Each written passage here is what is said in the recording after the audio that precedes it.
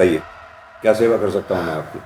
साहब, आमची मुलगी आरती, सवेरे उसका फोन आया था मुझे। आरती आई। हाँ बेटा। मुझसे अब बर्दाश्त नहीं होता। आई बेटा तू क्या कह रही है? क्या बर्दाश्त नहीं होता? हाँ और बेटा तू है कहाँ? नरक में, अगर अब और नहीं आई। मैं चाह रही हूँ। आरती कहाँ जा रही है? चाह से कोई वापस नहीं आ सकता। आखिरी बार आपकी आवाज सुननी थी। आई। आरती सुबह उसका फोन आया था, लेकिन तो 12 घंटे हो गए हैं। आप उस वक्त क्यों नहीं आई हमारे पास जब उसका फोन आया था? मुझे लगा ऐसे ही किसी बात पे परेशान होके फोन कर लिया होगा। वो ऐसा करेगी नहीं। लेकिन पूरा दिन फोन लगाने के बाद भी एक बार भी उससे बात नहीं हुई साहब। इसीलिए हम लोग। कहाँ रहती है आपकी बेटी? पता नहीं साहब। क्या मतलब? दरअसल 10 बरस पहले उसने घर से भागकर शादी की थी। उसके बाद से हमारा उसके साथ कोई रिश्ता नहीं था। वो कहाँ रहती थी, किस हाल में थी, हमें कुछ नहीं पता था। 10 बरस के बाद आज अचानक उसका फोन आया था। साहब मुझे बहुत डर लग रहा है, हमारी मदद कीजिए। मात्रे सर। इनकी बेटी आरती का फोन नंबर लो और मोबाइल कंपनी से पता करो उसका एड्रेस कहाँ है। Right sir. आरती भी शायद ऐसे ही किसी मोड़ पर खड़ी थी। आज 10 साल बाद पहली बार उसने अपनी मां को फोन किया था, और वो भी ये बताने के लिए कि वो अपनी जान ले रही है। क्यों उठाना पड़ रहा था उसे एक कदम? आखिर कौन से हालात थे, ऐसी क्या मजबूरियां थी जिसकी वजह से वो अपनी जिंदगी का साथ छोड़ने जा रही थी? और क्या मजबूरी थी इस मां की, किसका डर था कि अपनी बेटी के मुंह से इतनी बड़ी बात सुनने के बाद भी उसने उस बात को घंटों तक सबसे छिपाए रखा? अरे सलीम भाई, थैंक यू। क्यों? इतना बड़ा काम देने के लिए। और मैं भी आपके भरोसे का पूरा मान रखूंगा। पर एक बात पूछूं? क्या? ये औरत कौन है? कायकुर है? ऐसे ही बहुत खूबसूरत है। अगर थोड़ा पहले ले आते ना तो मजा आ जाता। साला अपना गाड़ी चला, पैसा ले, लड़की की लाश को ठिकाने लगा और निकल। सामने देख।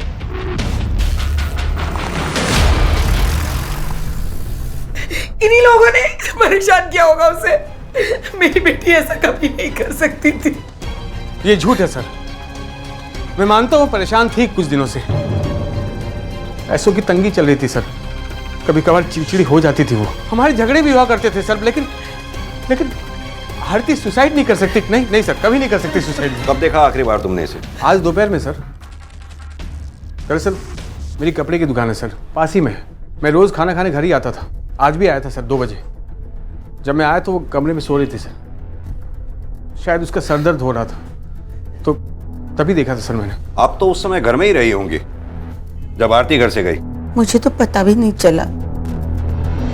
जब नितिन स्कूल से आया तब पता चला कि आरती घर पर नहीं है। कितने बजे होंगे उस वक्त? करीब 3:30 बजे होंगे। 403 वाली आरती मैडम गायब हुई। तुम ही थे ना ड्यूटी पे? जी साहब। फिर भी तुमने उन्हें आते जाते नहीं देखा? आज वो घर से निकली ही नहीं, मुझे अच्छे से याद है। कुछ और देखा हो जो रोजमर्रा से अलग हो, जैसे कोई बाहर का अनजान आदमी आरती मैडम के घर आया हो, गया हो? योगेश साहब और सुप्रिया, उनके अलावा उनके घर पे और कोई नहीं गया। ये सुप्रिया मैडम कौन है? योगेश साहब की जो माँ है, उनकी मालिश करने आती है रोज सवेरे। ठीक है, तुम जा सकते हो। तुमने कहा आरती पैसों की कमी से परेशान थी। उस कमी की कोई खास वजह? मेरी आई की बीमारी सर। कुछ महीने पहले मेरी आई का एक्सीडेंट हुआ था। 3 महीने तक आईसीयू में थी मेरी आई। मेरी सारी सेविंग्स इनके इलाज में खर्च हो जाती थी सर। और तो और ऊपर से कर्जा इतना था कि। कितना कर्जा था? 30 लाख से। साहब जी, सुबह से रात तक उनके घर में चिकचिकबाजी रहती थी। आरती और योगेश के बीच? दोनों सास बहू के बीच में। सास बहू के बीच झगड़े की कोई खास वजह? कोई खास वजह नहीं थी। यही घर के छोटे मोटे काम, झाड़ू पोछा, देर से खाना बनाना, भाई यही वजह थी। एक लड़की पूरे 10 सालों से अपने परिवार से कोई कांटेक्ट नहीं रखती है, फिर अचानक एक दिन फोन करके इन्फॉर्म करती है कि वो जान देने जा रही है। मैं जा रही हूँ। आरती कहाँ जा रही है?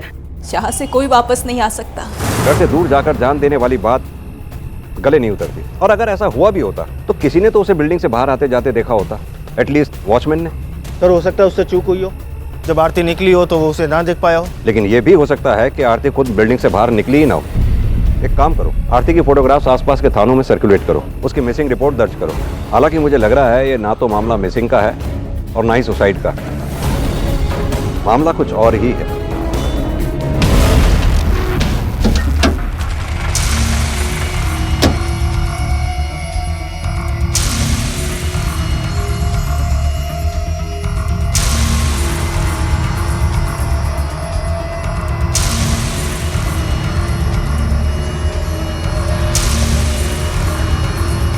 ले ए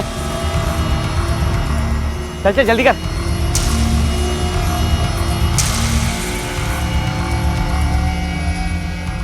अरे करना, और सुन छोटे छोटे टुकड़े करना ताकि थैलियों में आ जाए। नहीं खाना मुझे। बेटा देख, आई आएगी तो गुस्सा करेगी मेरे को, बोलेगी नितिन को अभी तक खाना नहीं खिलाया। हाँ हाँ, तू चाहता है बाबा को डांट पड़े, है ना? खा बेटा। खा ले निखिल, खूप छान झालंय जेवण। मुझसे बात मत कीजिए आप हमेशा मेरी आई के साथ लड़ती थी ना, इसलिए मेरी आई चली गई। अरे ध्यान से देख के करना, और थैली में पत्थर भर के ठीक से छेद कर देना, नहीं तो पता लगा पानी के ऊपर थैली तैरती हुई मिल रही है। सलीम भाई कोई गड़बड़ नहीं होगी, मैं हूं ना, सब कुछ अच्छे से किया मैंने, काम करने दो यार। हो गया? हाँ हो गया सब, देखो।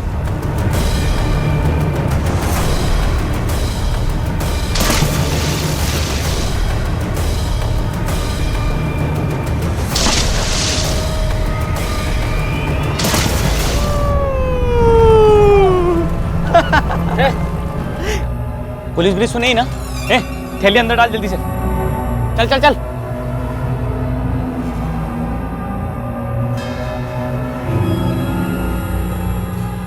ये क्या साणे, ये पिकनिक मनाने का टाइम है? कौन है तू? अबे साले तू के बच्चे एक लगाऊं क्या? क्या कर रहा है रे तू? क्या है रे? चलो निकले यहाँ से, चलना, रात बहुत हो गई, लेट हो रहे हम लोग।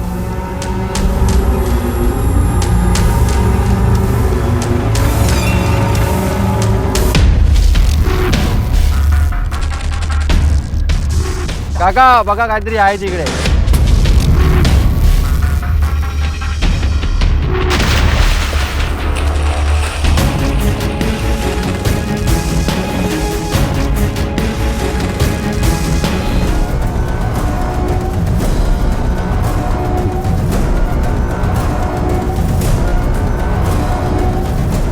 इन बॉडी पार्ट्स को देख के लगता है कि किसी फीमेल के।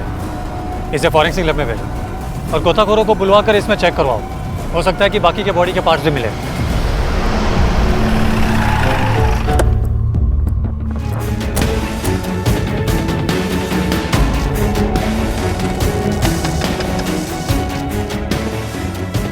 तुम आरती के घर उसकी सास की मसाज करने जाती थी?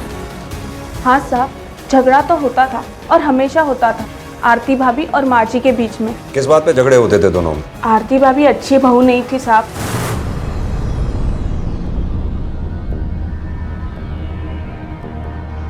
सुप्रिया, भगवान तेरा भला करे। कितने अच्छे से मालिश करती है तू। पता नहीं तू नहीं होती तो क्या होता मेरा। और जो अपना पेट काट कर इसे आपकी मालिश के लिए पैसा दे रहे उनका क्या? हाँ, और जो दवाओं के लिए आपके हॉस्पिटल के लिए पैसे खर्च करे उनके लिए तो तारीफ का एक शब्द नहीं निकलता आपके मुंह से।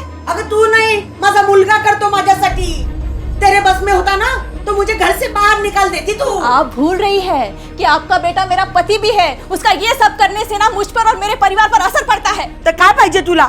मारून जाऊं भाई? मार डाल मुझे। मैं आज योगेश को बता दूंगी ये सारी तेरी नौटंकी। यही तो मैं कह रही हूँ, ये सब जो नौटंकी चला रखी है ना, इसे अभी बंद कर दीजिए आप। अरे आपकी वजह से बहुत परेशानी में आ गए हैं हम। थोड़ा वो जो रिश्ता बचा है हम दोनों में वो तो जिंदा रहने दीजिए। आपके आने के बाद जितने झगड़े हुए हैं ना हमें, उतने तो पिछले 10 सालों में भी नहीं हुए हमें। देखा देखा सुप्रिया कैसी बोल रही है। मैं इसका रिश्ता बिगाड़ रही हूँ, ये चाहती हूँ क्या मैं? गलती चाहे जिसकी भी हो, माँ जी घर में सबसे बड़ी थी और आरती भाभी अगर उनका थोड़ा सुन लेती तो क्या होता।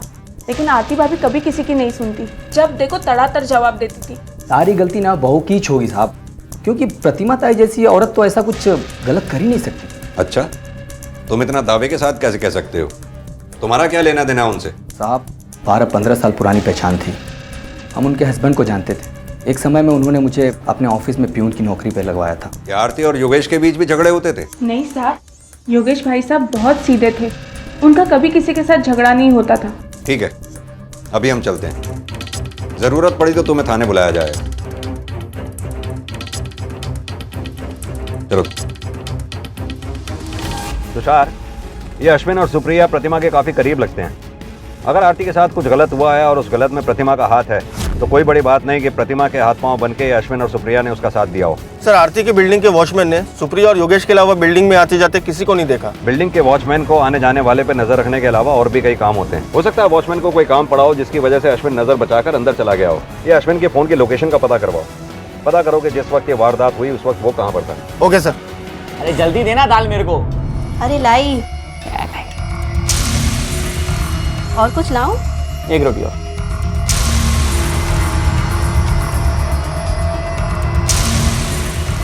आज सुबह नासिक के इस झील में एक पॉलिथीन बैग पानी में तैरता हुआ मिला, जिसमें थे एक महिला की लाश के टुकड़े। पुलिस को शक है कि ऐसे और भी बैग्स झील में होने की संभावना है। आइए जानते हैं पुलिस से।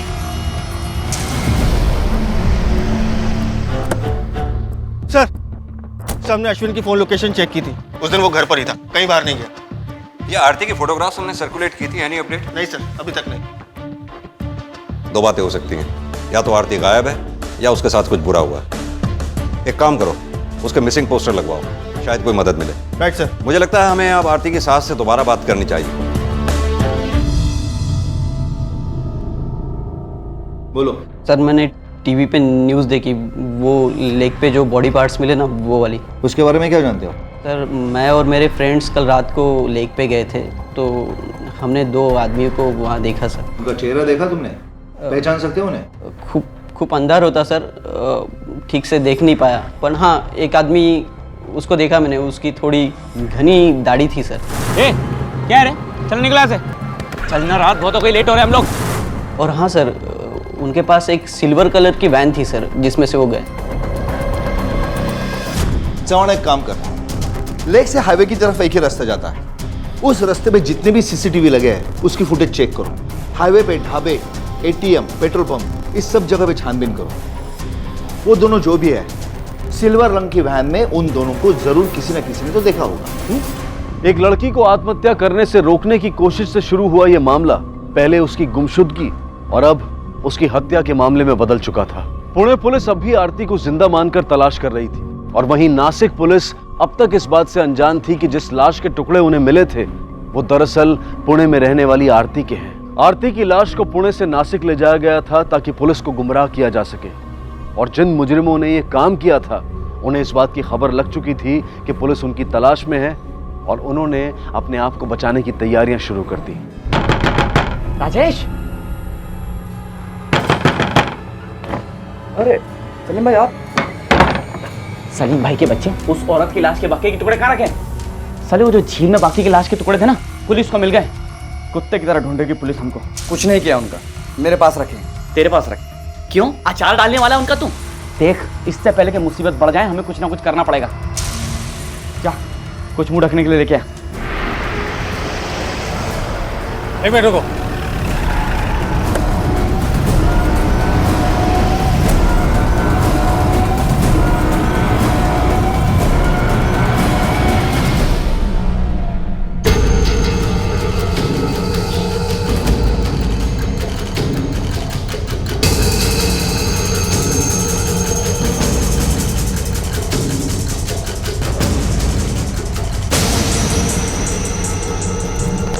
जवान एक काम करो, इन दोनों की तस्वीर और गाड़ी की डिटेल्स हर थाने भेज दो।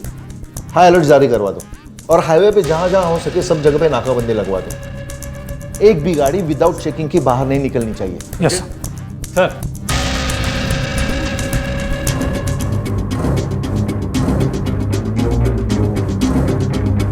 सर, उन बॉडी पार्ट्स की फॉरेंसिक रिपोर्ट है। विक्टिम फीमेल है, एज करीब 30 से 35 साल। उसके अलावा बाकी और बॉडी पार्ट्स मिसिंग है, इसलिए ठीक से पहचान नहीं हो पाई है। जवान एक काम करो, आजू बाजू के पुलिस थाने में इंक्वायरी करो कि इस उम्र की महिला की कोई मिसिंग कंप्लेंट दर्ज है कि नहीं। यस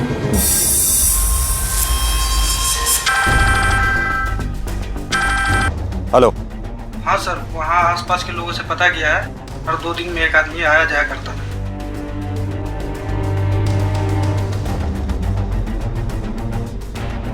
प्रतिमा जी, पता चला है आपके और आपके बहू के बीच में रिश्ते कोई खास अच्छे नहीं थे।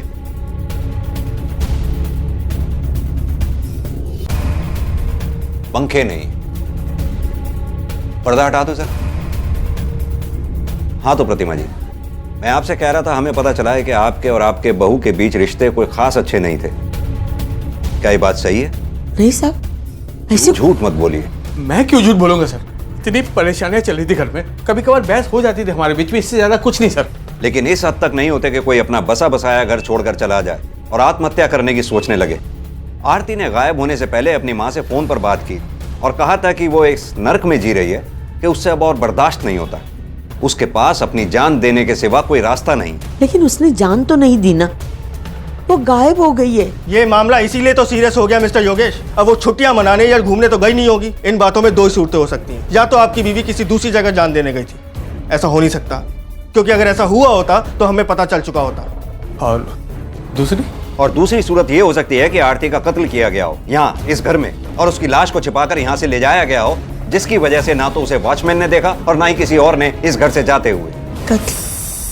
कौन करेगा कत्ल? कोई भी कर सकता। आप भी। आप झूठा इल्जाम लगा रहे हैं मुझ पर सर। वो मेरी बीवी थी सर, एक बच्चे की माँ। मैं भला ऐसे क्यों करूंगा? खैर छोड़िए, आप ये बताइए कि आरती का किसी के साथ अफेयर था? किसने बताया आपको? मतलब कि था। कौन था वो? प्रतिमा जी, मैं आपसे कुछ पूछ रहा हूं, कौन था वो? आरती, बघतेस का कौन आलाय? कौन आलाय? योगेश आया है? नहीं, कोई नहीं, कोई सेल्समैन है।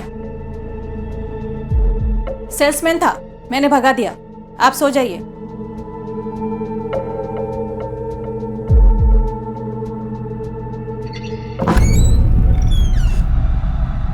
उसके थोड़ी देर बाद दरवाजा खुला। आरती, आरती। वो वापस जा रहा था, लेकिन मुझे दिखाई नहीं देगा, इसलिए मैं खिड़की तक गई उसे देखने के लिए। कौन था वो?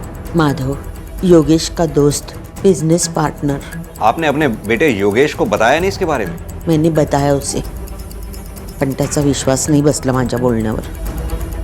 उसने कहा कि वो कुछ दुकान का सामान लेने आया होगा, लेकिन मुझे पूरा विश्वास था आरती और उसके बीच में कुछ तो चल रहा था। ये बकवास है सर। आई को गलतफहमी हो गई थी। माधव मेरा पार्टनर ही नहीं, करीबी दोस्त भी है। वो कभी ऐसा कुछ नहीं कर सकता, ना ही आरती ऐसी लड़की है सर। कैरेक्टर सर्टिफिकेट है उन दोनों का आपके पास, और ये माधव कहाँ मिलेगा?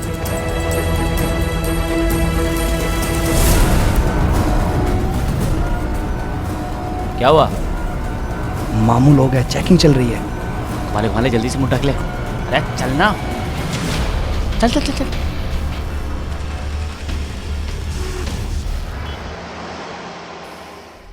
सर वो सुबह शाम पूजा का नियम बना हुआ है ना, इसलिए देर होगी। बताइए सर, क्या मदद कर सकता हूँ आपकी? माधव, जो भी हम तुमसे पूछने जा रहे हैं उसका सही सही जवाब देना। झूठ से सख्त नफरत है हमें। आरती के साथ कब से अफेयर चल रहा था तुम्हारा? क्या आप बात करें सर? आरती के साथ अफेयर? वो मेरी बहन जैसी है सर, और योगेश तो मेरे बचपन का दोस्त है। उसकी वाइफ के साथ? नहीं सर, किसी ने शायद आपको रॉन्ग इन्फॉर्मेशन दी है सर। हमारा तो एकदम घर जैसे ताल्लुकात है, बचपन से हम लोग एक दूसरे के घर पे आना जाना। इनफैक्ट मैंने तो कई बार योगेश की मदद की है सर। अच्छा, ऐसा क्या खास किया था तुमने? सर जब योगेश की माँ की तबीयत खराब हुई थी तो मैंने 30 लाख रुपए दिए थे सर। 30 लाख? हाँ सर। सर आरती भाभी के गायब होने की वजह आपको योगेश से ही पता चल सकती है। मतलब? सर आरती भाभी जिस दिन गायब हुई उसके एक दिन पहले उन दोनों में बहुत झगड़ा हुआ, और मैं दुकान पे ही था जब। आज तुमने हद पार कर दी आरती। नहीं, मैं बर्दाश्त नहीं कर सकता ये सब। नहीं, मैं कुछ सुनने नहीं वाला। अब जो भी बात होगी आमने सामने होगी बस। मैं घर आ रहा हूँ, मैं। आज इस पूरे मामले को ही मैं जड़ से खत्म कर दूंगा। माधव, मैं आता हूँ। मुझे भी सर पहली बार पता चला कि उन दोनों के बीच में कुछ ठीक नहीं चला, और उसके अगले दिन आरती भाभी गायब हो गई। जब तक हम ना कहें शहर छोड़कर जाना मत। ठीक है सर।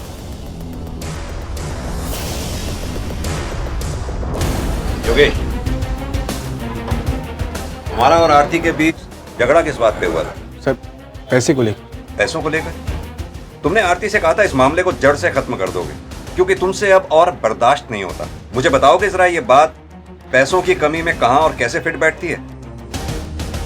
वो सर, माँ के इलाज में पैसा बहुत लग रहा था सर, इस वजह से घर खर्ची में मैं पैसा नहीं दे पा रहा था आरती को। इस बात को लेकर आरती बहुत परेशान थी, आए दिन हमारे झगड़े होने लगे। इसीलिए मैंने कहा था सर कि इस किस्से को मैं आज ही खत्म कर दूंगा, और कुछ नहीं सर। जिसे तुमने खत्म कर भी दिया, आरती को खत्म करके? नहीं, मैंने ऐसा कुछ नहीं किया सर। तो फिर क्या हुआ था उस दिन?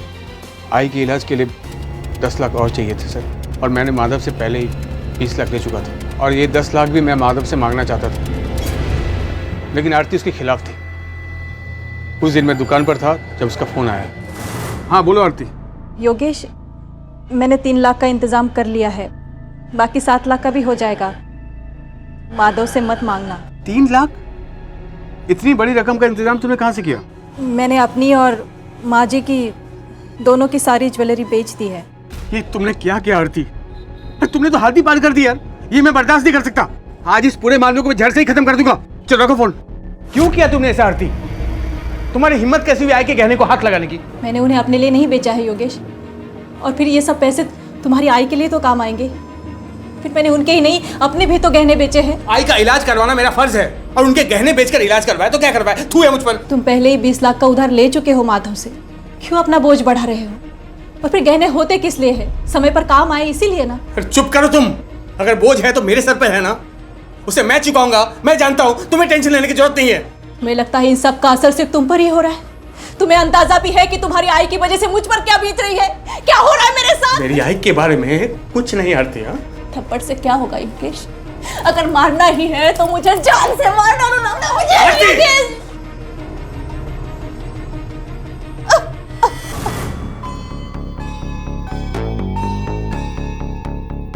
जिंदगी में पहली बार मैंने हाथ उठाया था सर आरती पर। मैं उसे मारना नहीं चाहता था, लेकिन आई आईसीयू में थी, पैसे का इंतजाम नहीं हो पा रहा था सर। आरती की झुंझलाहट, ये सब कुछ मैं झेल नहीं पा रहा था। ये हो क्या रहा मेरी जिंदगी में? आई अब तक नहीं मिली आपको? आ जाएगी बेटा, आज।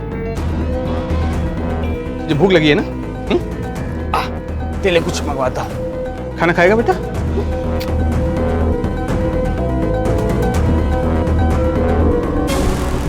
नासिक पुलिस की जांच धीमी लेकिन सही दिशा में चल रही थी। भले ही उस झील में मिले लाश के टुकड़ों की पहचान अब तक नहीं हो पाई थी, लेकिन उन दोनों मुजरिमों का सुराग मिल चुका था और उम्मीद थी कि बहुत जल्द पुलिस उन तक पहुंच जाएगी। दूसरी तरफ पुणे पुलिस को यह समझ में नहीं आ रहा था कि अगर आरती ने आत्महत्या करने का फैसला किया था तो उसने ऐसा क्यों किया होगा। उसका पति उससे बहुत प्यार करता था, एक बच्चा था जिससे वो बहुत प्यार करती थी।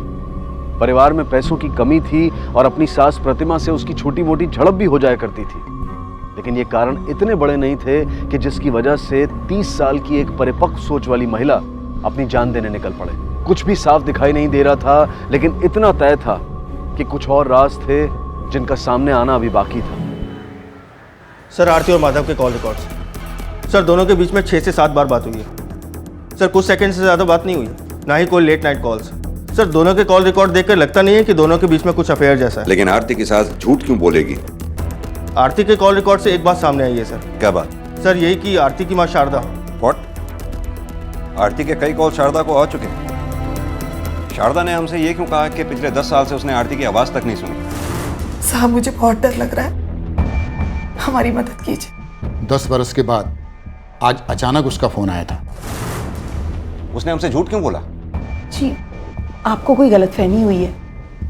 पिछले 10 साल से उसका कोई फोन नहीं आया, उस दिन पहली बार ही फोन आया था। शारदा जी, आपके पूरे कॉल रिकॉर्ड्स हैं हमारे पास, और ये बात आप भी अच्छी तरह जानती हैं कि आप हमसे झूठ बोल रही हैं। अब आप ही सीधी तरह से बता दीजिए कि क्या और क्यों छिपा रही हैं आप। जब वो घर से गई थी, उसके 2 साल बाद ही पहली बार फोन आया था उसका। हेलो, कैसी हो माँ? आरती, कैसी है बेटा? और कहाँ है तू? मैं अच्छी हूँ माँ, आपके करीबी हूँ। दोनों अब भी नाराज है ना मुझसे? नहीं बेटा। आई, किससे बात कर रही है? किसी से भी नहीं। तो ये बेटा किसको बोल रही थी? अरे तुझे ही बुला रही थी बेटा। चाय तैयार है, मैं तेरे लिए लेके आती हूँ। हाँ ठीक है। इतने सालों से धोखा दे रही हो तुम मुझे। अरे शादी के 1 दिन पहले घर से भागी थी वो लड़की, पूरे समाज के सामने हमारे मुंह पर कीचड़ उछालकर, और उसके बाद भी तुमने उससे रिश्ता जोड़ा। आपका बेटा अपने आवारा दोस्त से जबरदस्ती उसकी शादी करवा रहा था और आप भी उसका साथ दे रहे थे। क्या करती? इसीलिए मैंने आपसे ये बात छुपाई कि अगर मेरे पति और मेरे बेटे को पता चल जाता तो। मानिक जी, कहीं ऐसा तो नहीं अपनी बेटी आरती को गायब करने में आपका या आपके बेटे का ही हाथ हो? आपको पता चला हो कि आरती मुंबई में है और उसकी वजह से आपकी समाज में हुई बेइज्जती का बदला लेने के लिए ही आपने उसे गायब कर दिया हो? नहीं साहब, ये क्या बात कर रहे हैं? अगर हमें उसे मारना ही होता तो क्या 10 साल तक इंतजार करते? नहीं साहब, हमने उसके साथ कुछ नहीं किया, ना मैंने और ना मेरे बेटे।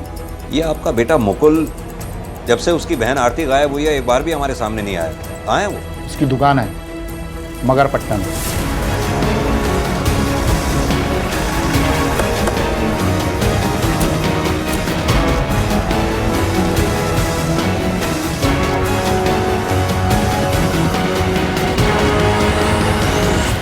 सर मुकुल का फोन स्विच ऑफ बता रहा है, लेकिन उसका फोन हमारी आईटी टीम के रडार पर है। जैसे ही ऑन होगा हमें पता चल जाएगा सर। सर इसके अलावा एक बात और, सर नासिक पुलिस ने 2 लोगों की फोटो भेजी है 30-35 साल की किसी लेडी के मर्डर केस में। सर ये देखिए। मर्डर केस के सिलसिले में इन दोनों की फोटोग्राफ? ये दोनों तो हमारे यहाँ 4-5 बार छोटी मोटी चोरी के सिलसिले में सजा काट चुके हैं। हाँ सर। सर एक खास बात और, जिस दिन आरती गायब हुई थी उसके दूसरे दिन नासिक पुलिस ने एक लेडी के बॉडी पार्ट्स बरामद किए थे। हो सकता है वो बॉडी पार्ट्स आरती के हों। हाँ सर, हो सकते हैं, लेकिन सर उसके कुछ बॉडी पार्ट्स और सर गायब है, इसलिए उसको पहचानना मुश्किल है सर। इन दोनों की बॉडीज नासिक में ठिकाने लगाना और उसी दिन आरती का गायब हो जाना कोइंसिडेंस नहीं हो सकता। एक काम करते हैं तुषार, पहले इन दोनों को उठाते हैं। Right sir.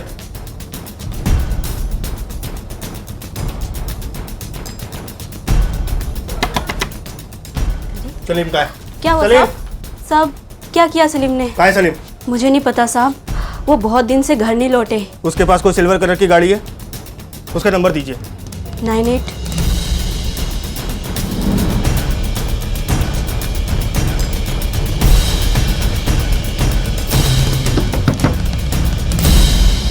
राजेश का घर यही है? जी सर। तुषार, कहाँ है राजेश? अब 2 दिन पहले वो बाहर गए हैं कुछ काम के लिए। राजेश के पास गाड़ी है? हाँ, वैन है। कौन से कलर की? सिल्वर।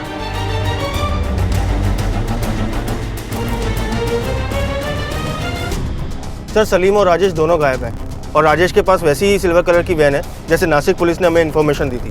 मैंने आईटी टीम को बोल दिया है उन दोनों के फ़ोन ट्रेस करने के लिए। गुड। ये दोनों नासिक वाले केस में शामिल हैं ऐसा लगता तो है, लेकिन आरती वाले केस से इनका कोई कनेक्शन है ये हम दावे के साथ नहीं कह सकते। एक काम करो तुषार, अपने सोर्सेज से कहो ये मुकुल के बारे में पता करवाएं, क्योंकि फिलहाल हमारा मेन सस्पेक्ट आरती का भाई मुकुल ही है। Okay sir. आरती का अपना सगा भाई मुकुल वो शख्स था जिसके डर की वजह से आरती की मां ने पूरे 10 साल तक किसी को भनक तक नहीं लगने दी कि आरती और उनके बीच टूटे हुए रिश्तों के तार फिर से जुड़ चुके हैं, उनके बीच बातचीत होती है। इसके अलावा मुकुल के ही डर से उन्होंने आरती के उस सुसाइड वाले फोन कॉल के बारे में भी किसी को नहीं बताया था, क्योंकि 10 साल का लंबा अरसा गुजर जाने के बाद भी मुकुल और उसके पिता ने आरती को माफ नहीं किया था। दूसरी तरफ नासिक में जिन 2 मुजरिमों ने आरती की लाश के टुकड़े करके उन्हें छिपाने की कोशिश की थी वो भी पुणे के ही थे। तो क्या आरती की हत्या के पीछे उसके अपने सगे भाई मुकुल का हाथ था? और अगर ऐसा था तो क्या इसमें उसके पिता भी शामिल थे? बहरहाल जैसे जैसे ये मामला आगे बढ़ता जा रहा था पहले से भी कहीं ज्यादा मुश्किल होता जा रहा था, पुणे पुलिस के लिए भी और नासिक पुलिस के लिए भी। सर सलीम की बीवी के कॉल रिकॉर्ड्स। सर इसके कॉल रिकॉर्ड्स में तो कुछ नहीं मिला, लेकिन राजेश के पिताजी को नासिक से कॉल किया गया था, वो भी एक पीसीओ से। एक काम करो, नासिक पुलिस से को पता करें। Right sir. क्या इन दोनों को देखा है? जी साहब, ये दोनों कल रात को यहाँ आए थे साहब, और कहीं फोन भी किया था। क्या दोनों गाड़ी से आए थे? वो नहीं साहब, ये दोनों पैदल ही आए थे। काफी दारू पी रखी थी। दारू पी रखी थी? हाँ साहब। क्या आसपास कोई दारू की दुकान है? हाँ जो साहब, तिकड़े। तिकड़े? हाँ।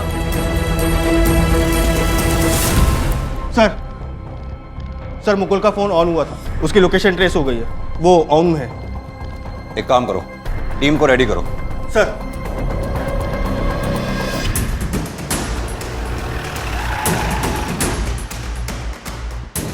होशियार सर, बच के ना निकलने पाए, होशियार है ना। ओके सर, आओ। तुम मेरे साथ आओ।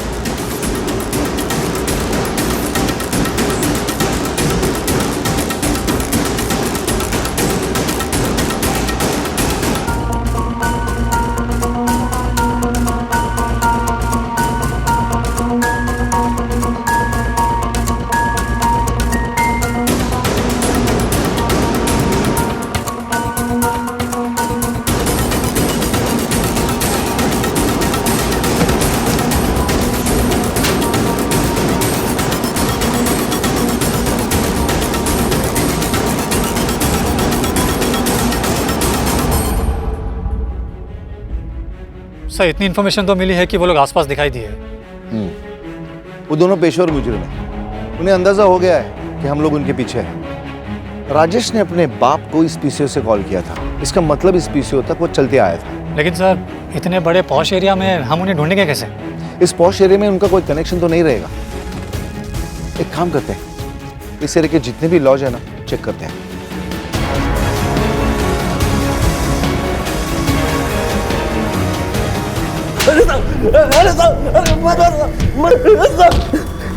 बोल, काय तेरी बहन आरती मार डाला ना उसे? काय म्हणतात साहब, काय को मारूंगा उसे? बहन थी मेरी। अरे मारा तो तू उसको 10 साल से देखा भी नहीं मैंने। अच्छा, बड़ा शर्मीला है ना तू? हमको देख के इसलिए भागा था? नहीं साहब, मेरे को लगा कि आप लोगों को तो बाल मिल जाएगा, उसका भी खाल निकाल लेते हो। मेरे दारू के भट्टे का पता न लग जाए आप लोगों को, इसलिए मैं भाग रहा था, और कोई बात नहीं है साहब। अच्छा, हमारे तेरे दुकान पे पहुंचने के पहले तू फरार कैसे हो गया? किसने बताया तुझे कि हम पहुंचने वाले हैं? साहब, बाबा का कॉल आया था साहब। हेलो हेलो मुकुल, पुलिस वाले आ रहे हैं तुम्हारे पास आरती के बारे में पूछताछ करने। क्या?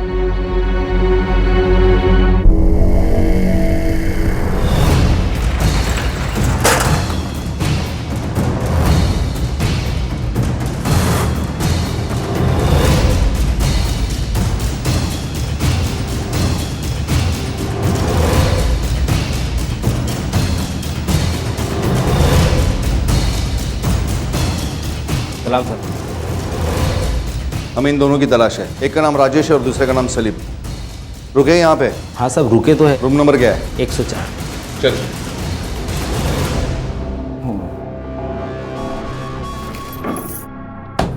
कौन है रे? साहब आपका ऑर्डर। आधा घंटा पहले ऑर्डर बोला, अभी लेके आया। आता हूँ, बाद में मेरे को खिलाना। अरे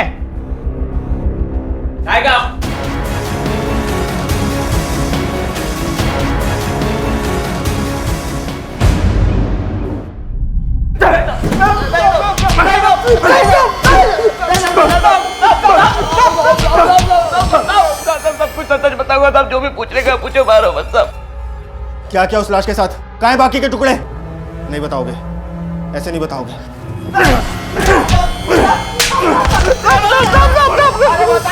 सब मेरे पास है साहब, सब मैं ले चलूंगा आपको।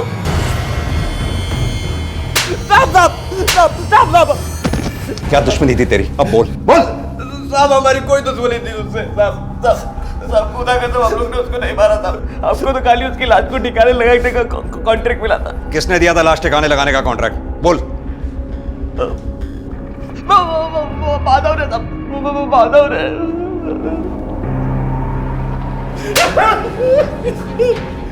बता दो साहब, मैं मान रहा हूँ साहब कि मैंने उन दोनों को कॉन्ट्रैक्ट दिया था, लेकिन मैंने उसका खून नहीं किया साहब। देख माधव, ये मैं अपने एक्सपीरियंस के साथ कह सकता हूं कि दूसरा थप्पड़ तू बर्दाश्त नहीं कर पाएगा।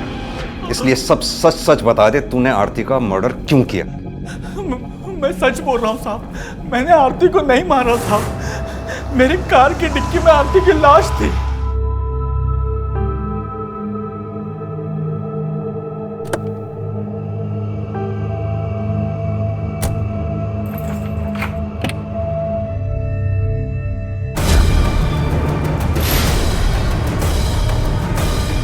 मैं डर गया था सर, बुरी तरह से डर गया था मैं लाश देखकर,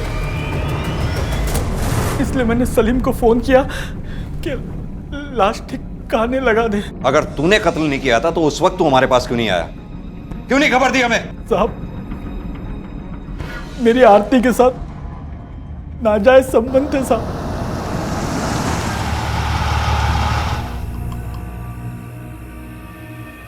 क्या हुआ माधव भैया, हम यहाँ पर क्यों रुके हैं? भैया सॉरी आरती, मैंने कभी तुम्हें उस नजर से देखा नहीं। क्या कह रहे हैं आप? मैं आपको भैया बुलाती हूँ। अगर सैया बुलाऊंगी तो क्या सैया हो जाऊंगा? तो भैया कैसे हुआ? क्या बकवास कर रहे हैं आप? ये सब योगेश को बताऊंगी। लॉक है, लॉक, यहाँ से लॉक। ठीक है, बताओ, जाओ योगेश को, मैं भी जाऊंगा, बोलूंगा लाओ मेरे 30 लाख रुपए। कहाँ से देगा? है ही नहीं उसके पास। फिर दुकान में हिस्सा देना पड़ेगा, तुम्हारा घर भी ले लूंगा मैं, सड़क पर आ जाओगी तुम, और तुम्हारा बच्चा भी। अरे अपने बच्चे के लिए इतना नहीं कर सकती? अगर अभी तुम यहाँ से गई ना तो याद रखना आरती, कल पूरा परिवार तुम्हारा सड़क पर होगा। तुम्हारी सासू माँ, तुम्हारा बच्चा, तुम्हारा पति, सब सड़क पे होंगे, याद रखना। अरे मान जाओ ना यार, एक टाइम की तो बात है। क्या मतलब? ठीक है तो हाँ, मैं भी वही सोच रहा था। You are very intelligent girl, कभी कभी कंप्रोमाइज करना पड़ता है। आरती अपनी मर्जी से मेरे साथ रिश्ता नहीं बनाया था, मैंने उसके साथ जबरदस्ती की थी साहब। लेकिन वो पहली बार आखिरी बार नहीं था। तू आरती के घर भी गया था, योगेश की गैर हाजिरी में गया था ना? हाँ, हाँ, हाँ, हाँ।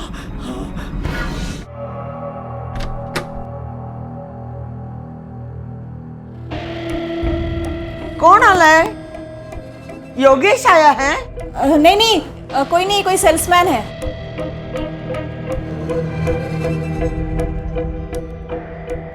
या क्यों आए? प्यार करने। माची है अंदर, मैंने कहा माची है अंदर। छोड़ मुझे। अच्छा, मार्केट में एक पिक्चर आई है आरती और माधव की।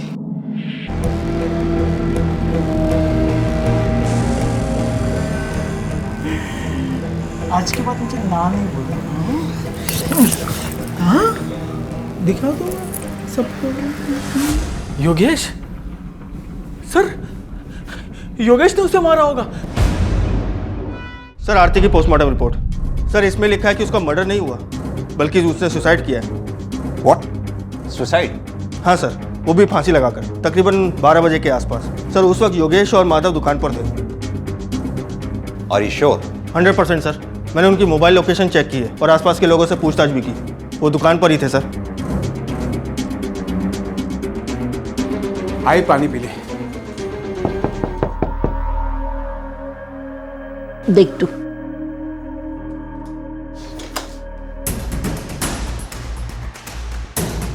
आरती के बारे में पता चला सर? नया पंखा कब लिया आई? सर, 1-2 दिन पहले। जब पिछली बार हम यहाँ आए थे तो ये पंखा यहाँ नहीं लगा हुआ था, याद आया प्रतिमा जी?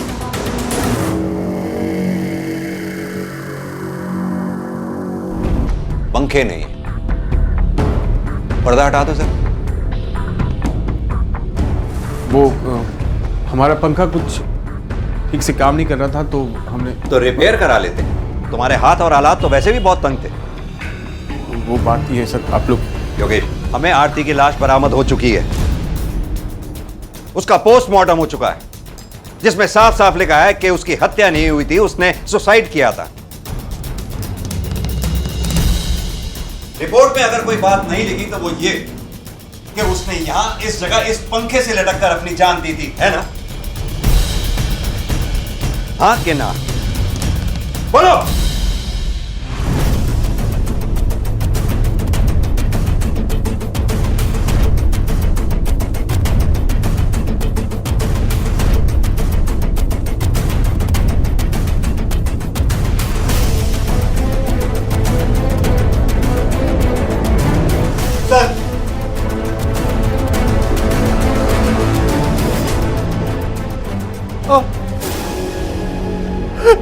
आरती ने आत्महत्या की थी सर, इसी कमरे में आत्महत्या की थी सर। मैं जब दुकान से घर पर आया सर, मैंने देखा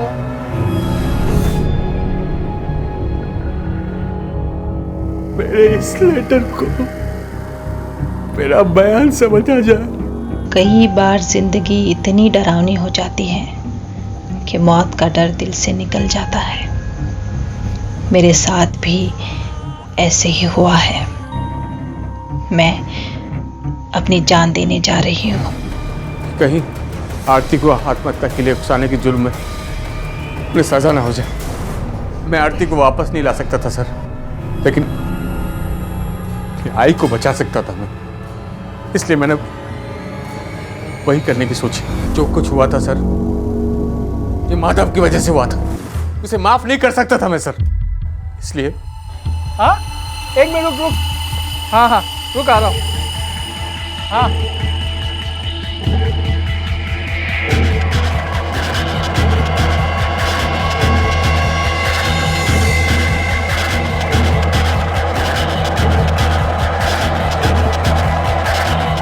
और मैंने आरती की लाश को माधव की गाड़ी की डिक्की में डाल दिया, ताकि आरती को तलाश करते हुए आपको उसकी लाश माधव की गाड़ी में मिले और सारा इल्जाम उस पर आ जाए। लेकिन ऐसा हुआ नहीं, क्योंकि झूठ के रोशनदानों से सच की रोशनी कभी अंदर नहीं आती। योगेश, तुम्हें और तुम्हारी मां प्रतिमा को हमें गिरफ्तार करना होगा। आरती ने हालात से हार मान लेने की गलती की और इसकी इस एक गलती से गलतियों का पूरा सिलसिला शुरू हो गया। आरती और योगेश अलग इंसान थे, लेकिन दोनों ने जो गलती की वो एक थी, और वो ये कि दोनों ने हालात से लड़ने की बजाय उससे भागने की कोशिश की, जिसकी वजह से आरती को अपनी जिंदगी से हाथ धोना पड़ा और योगेश को जेल की सजा भुगतने के लिए मजबूर होना पड़ा। एक भरा पूरा परिवार उजड़ गया, बर्बाद हो गया। हम मानते हैं कि हालात से लड़ना, उन्हें बदलना आसान नहीं होता, लेकिन यही सही और एकमात्र तरीका है अपने जीवन को जीने का, उसे फिर से खूबसूरत बनाने का। आज की भागदौड़ भरी जिंदगी में अपने परिवार की जरूरतों को पूरा करने के लिए माँ और बाप दोनों को काम करना पड़ता है, और ऐसे में अपने बच्चों को अपनी नजर से दूर गैरों के हवाले छोड़ना उनकी मजबूरी बन जाती है। ये गैर या तो कभी उनके अपने विश्वास पात्र पड़ोसी होते हैं या फिर पालन घर या क्रैश। लेकिन क्या इनके साथ उनके बच्चे उतने ही सुरक्षित होते हैं जितना कि वो सोचते हैं?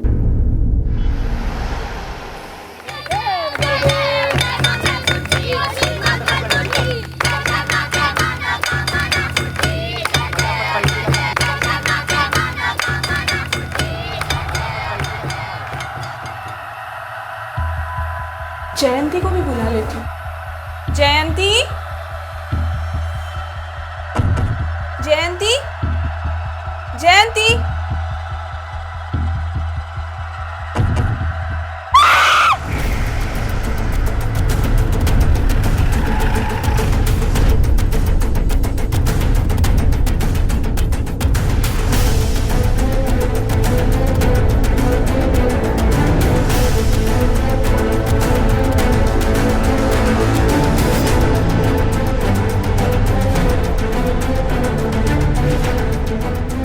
सर,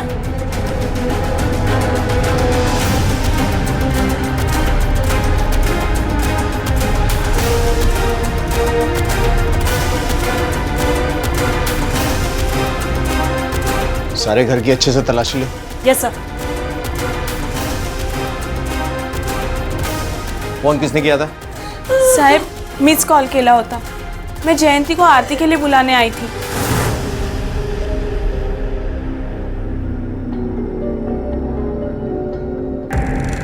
जयंती, जयंती, जयंती। अंदर जाके देखती हूँ तो काकी गिरी पड़ी हुई थी। जब ये सब हुआ आप कहाँ थी? मैं नीचे आरती के लिए गई थी। और जब आप आरती के लिए गई थी वो कहाँ थी? वो अंदर सो रही थी। सर, बेडरूम में ये मोबाइल मिला है। ये मेरी बेटी सलोनी का मोबाइल है। कहाँ है वो? उससे मैंने सामान लेने के लिए बाहर भेजा था, अभी तक आई नहीं वो। बुलबुल मोबाइल पकड़ो।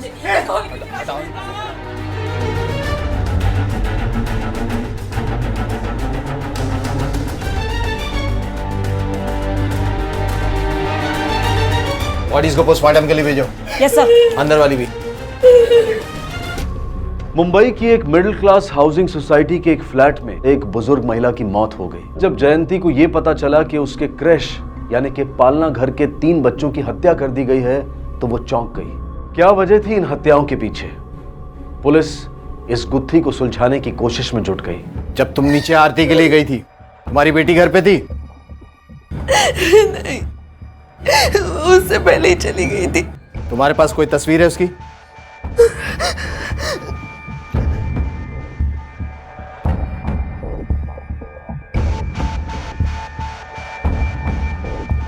अंदर तुम्हारे सास के कमरे का कबर्ड खुला हुआ है। तुम्हें लगता है कुछ चोरी हुआ होगा वहां से? हो सकता है, क्योंकि सारे जेवर और पैसे उन्हीं के कबर्ड में होते हैं और चाबी भी उन्हीं के पास होती है। लेकिन आप मेरी बच्ची को ढूंढे ना प्लीज। पता नहीं मेरी बच्ची कहाँ होगी, प्लीज मेरी बच्ची को ढूंढे ना। हमें जैसे तुम्हारी बेटी के बारे में पता चलेगा खबर करेंगे। तस्वीर ले ली।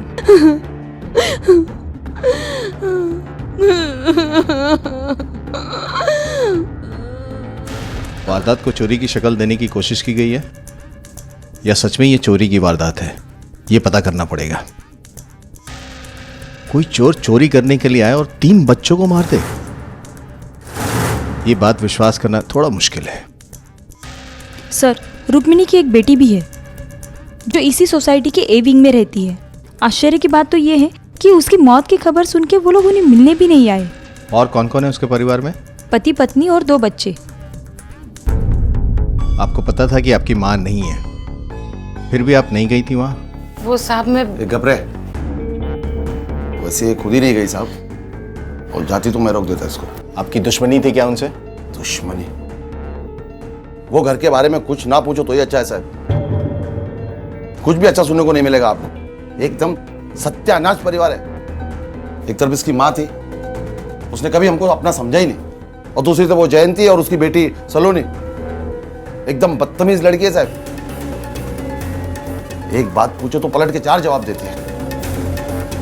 पहले आना जाना था मेरा वो घर में, और वो दिन के बाद मैं कभी गया नहीं।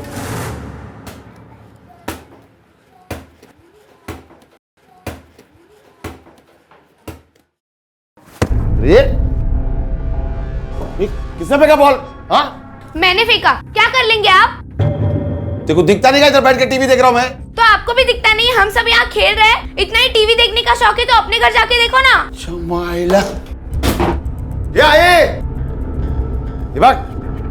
जवान कैसी चल रही है इसकी? एक दिलाना खाना खा ले तो होश ठिकाना जाएंगे अभी। मैं भी चुप नहीं रहूंगी, हाथ लगा के तो दिखाओ। दीपक, अरे कुछ बोलना इसको। क्या बोलूं? हाँ, वो तो है ही मनूस, पैदा होने के पहले ही अपने बाप को खा डाली। मनूस है तो इसको घर से बाहर निकल, इसकी माँ के साथ। अच्छा, तिला बाहर करूं आणि तू यहाँ अपना ठेला जमा के बैठ जाएगा। अरे उसकी माँ मनूस है, कम से कम ये बच्चों का स्कूल चला के 2 पैसा कमाती तो है। मुफ्त की रोटी तोड़ता है तू, और क्या करता है? पता नहीं वो कौन सी मनूस घड़ी थी जो मेरी बेटी ने दूसरी शादी तुझ जैसे निकम्मे से की। समझा? बगतोय मी तुला। हाँ बगा बगा। वो दिन है और आज का दिन है साहब। मैं वो घर में गया नहीं। ये आपकी बच्ची है ना? जी हाँ। आपका एक बेटा भी है? हाँ। कहाँ है वो? साहब, बबलू अपने दोस्तों के साथ बाहर गया हुआ है। उसी की वजह से मैंने अपनी माँ के यहाँ जाना बंद कर दिया। जयंती की बेटी सलोनी और बबलू, इन दोनों का आपस में बहुत जमता था। दोनों भाई बहन बहुत अच्छे से रहते थे, लेकिन सलोनी हमेशा हम दोनों के खिलाफ उसे भड़काती थी, बदतमीजी से बात करती थी। उसके संगत में रहकर वो बहुत बिगड़ गया था। घर से रात भर बाहर रहता था। जगत भैया की क्या उस जयंती से शादी हुई, मेरा तो घर ही टूट गया साहब। आपका बेटा बबलू जैसे आए उसे लेके पुलिस स्टेशन आइए।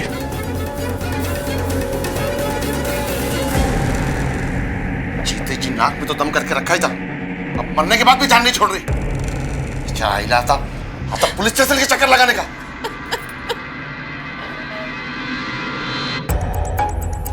हमारा तो सब कुछ बर्बाद हो गया, मेरे बच्चों। साहब जी, जयंती को उसके घर में कोई भी पसंद नहीं करता था, इसलिए हम सबको उसके ऊपर दया आती थी। साहब हमारी किसी से कोई दुश्मनी नहीं है, पर रुक्मणी की पूरी सोसाइटी से ही दुश्मनी थी। काय सांगू साहेब तुम्हाला मी त्यांच्याबद्दल। वो सास बहू हमेशा लड़ने पे उतारू होती थी। जैसे मेरी वजह से सब प्रॉब्लम्स है उनको, मुझसे कहती थी कभी पानी की पाइप काट दी, कभी इलेक्ट्रिसिटी काट दी, हमेशा खिच होती रहती थी। झगड़ालू तो वो थी, पर हम उनसे कोई संबंध नहीं रखते थे। और उनकी बेटी सलोनी? मैंने तो सुना था ये लड़की भी अपनी माँ और दादी के जैसे ही झगड़ालू थी। अरे इसी की वजह से तो उनका बेटी और दामाद का घर आना जाना बंद हो गया था। सलोनी का कुछ पता चला? नहीं सर, उस शाम आरती के लिए जयंती नीचे आई थी, सब लोगों ने देखा है उसे। कोई बच्चों को मारने के इरादे से नहीं आया होगा, आया होगा रुक्मिणी को मारने के लिए। बच्चों ने देख लिया होगा, इसलिए वो भी जान से हाथ धो बैठे। मुमकिन है सर, पर सर सलोनी का गायब हो जाना भी एक रहस्य है। सर, रुक्मिणी के और बच्चों की पोस्टमार्टम रिपोर्ट आई है। तीनों बच्चों के शरीर में स्लीपिंग पिल्स के कुछ अंश मिले हैं, मगर उनकी मौत उस वजह से नहीं हुई, बल्कि उन तीनों बच्चों का गला घोटा गया है। इसीलिए बच्चों की चीख किसी ने नहीं सुनी, या उनके स्ट्रगल के निशान वहां नहीं थे। मतलब स्लीपिंग पिल्स दिया गया, उसके बाद मारने की कोशिश की गई है, या अगर वो होश में भी आए होंगे, दवा के असर में कमजोर और लाचार रहे होंगे। सर, रुक्मिणी के शरीर में भी स्लीपिंग पिल्स के अंश मिले हैं। उसका मतलब है ये सोची समझी साजिश है। सलोनी का कुछ पता चला? नो सर, सलोनी का अभी तक कुछ पता नहीं चला, और बबलू भी घर पे लौट के नहीं आया है। रेलवे स्टेशन, बस स्टॉप, सभी की जगह पूछताछ चालू है। जयंती का कहना है कि सलोनी कहाँ है उसे मालूम नहीं। जब तुम नीचे आरती के लिए गई थी, तुम्हारी बेटी घर पे थी? उससे पहले ही चली गई थी। संध्या कहती कि बबलू कहाँ है उसे मालूम नहीं। बबलू अपने दोस्तों के साथ बाहर गया हुआ है। दोनों में से कोई तो झूठ बोल रहा है। सब मेरी बेटी का कुछ पता चला? तुम्हारी उन बच्चों के साथ या उनके पेरेंट्स के साथ कुछ दुश्मनी थी क्या? नहीं, ऐसा कुछ नहीं था। मैं उन बच्चों को अपने बच्चों की तरह संभालती थी। नींद की गोली खिला के? नहीं, मैंने उन्हें तुमने उन्हें स्लीपिंग पिल्स दिया ताकि तुम उनकी जान ले सको? नहीं, मैंने उन्हें नहीं मारा। मी काही नहीं केलं, मी नहीं मारलं। मैं उन्हें स्लीपिंग पिल्स देती थी, लेकिन समय क्या करती, पूरा दिन घर का काम करो, मेरी सास की सेवा करो, मुझसे नहीं हो रहा था। ऊपर से दोपहर का टाइम मेरी सास का सोने का होता था। अगर उस बीच कोई भी बच्चा रोता तो फिर वो उन्हें मारने चली आती थी। इसलिए मैंने आधी आधी नींद की गोली देना शुरू कर दिया।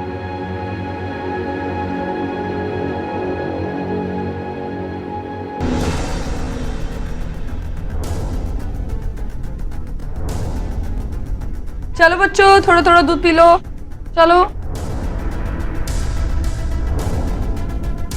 तुम्हें दूध पूरा खत्म करना है, ओके?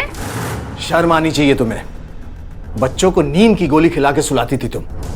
मला माफ करा साहब, माझ्याकडून चूक झाली, लेकिन मैं ऐसा नहीं करती तो मेरी सास उन बच्चों को मारती थी, और सबसे पहले वो मेरी बच्ची सलोनी पर ही हाथ उठाती थी। चुप हो जा, मैं ढूंढ रही हूँ ना दवाई। क्यों रो रही है? नालायक कहीं की, जा देखो रोती रहती है। अजी उसे मारो मत, वरना ठीक नहीं होगा। क्या ठीक नहीं होगा? हाँ, क्या अजी छोड़ो मुझे। छोड़ो क्या? अजी ठीक नहीं होगा। अजी छोड़ो। अजी काय करताय तुम्ही? कहाँ मारता है? सब प्लीज मेरी बच्ची को ढूंढिए प्लीज। पता नहीं मेरी बच्ची कहाँ किस हाल में होगी। साहब, मेरा बबलू अब तक घर नहीं आया साहब। बेटा, लेकिन तुम तो कहती थी कि अक्सर बाहर रहता था घर से। साहब, कितना भी देर हो जाए, लेकिन वो घर पे आता है साहब। एक बात बताओ, रुक्मिणी के घर में वो किसी को पसंद नहीं करता था? हाँ साहब, वो आई को नहीं पसंद करता, लेकिन अपनी बहन स्वाति से ज्यादा उस सलोनी को बहुत मानता है वो। मगर तुम्ही ने तो कहा था कि सलोनी की वजह से वो गलत राह पे चलने लगा है। वही तो है ना सलोनी, जो मेरे बबलू के दिमाग में सब उल्टा सुल्टा भरती है। और तो और वो पालना घर के बच्चों को भी नहीं पसंद करती है। मतलब वो बच्चों को बिल्कुल नहीं संभालती थी? वो क्या संभालेगी साहब, ये क्या उसकी उम्र है बच्चों को संभालने की? इसीलिए वो बहुत चिड़चिड़ी हो गई थी, सबसे बदतमीजी से बात करती थी साहब वो। और एक दिन तो उसने ऐसा किया कि सलोनी देखो, मैं कल मार्केट गई थी तो क्या लेके आई हूँ तुम लोग के लिए? ड्रेस ले, तेरे लिए भी लेके आई हूँ और स्वाति के लिए भी लेके आई हूँ। अच्छा है ना? मैं कुछ लाती हूँ खाने के लिए। देखो दीदी, मेरे लिए कितना अच्छा लाया ड्रेस। तेरा ड्रेस तो बहुत ही कलरफुल है, मतलब मुझे सस्ता और तुझे महंगा।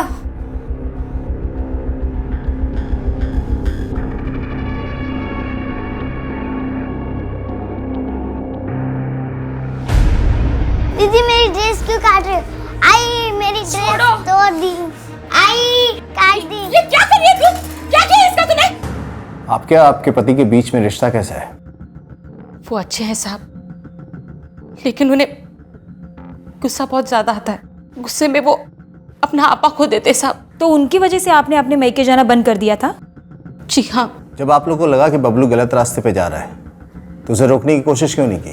दरअसल साहब, बबलू ज्यादा से ज्यादा घर से बाहर इनकी वजह से ही रहने लगा। मतलब? ये बबलू को नहीं पसंद करते साहब। बबलू मेरे पहले पति से हुआ। मेरे शादी के 7 सालों बाद मेरे पति गुजर गए। उसके कुछ महीनों बाद मुझे ये मिले। इन्होंने मुझे और बबलू को अपनाया। उसके बाद स्वाति का जन्म हुआ। स्वाति के जन्म के बाद ये बबलू को बिल्कुल नहीं पसंद करते थे। रोज का मारना पीटना ये जैसे आम सी बात हो गई साहब। ये हमेशा बोलते, बबलू पढ़ लिख कर क्या करेगा, उसे काम के लिए बाहर भेज दो। आप ही बताइए साहब, मैं अपने बच्चे के बिना कैसे रह पाऊंगी? इसलिए बबलू हमेशा घर से बाहर रहने लगा। कहीं ऐसा तो नहीं कि बबलू ने ही रुक्मणी और बच्चों को मारा हो? ये आप क्या कह रहे साहब? नहीं, ऐसा नहीं। कुछ भी हो जाए लेकिन मेरा बबलू किसी का खून नहीं कर सकता साहब।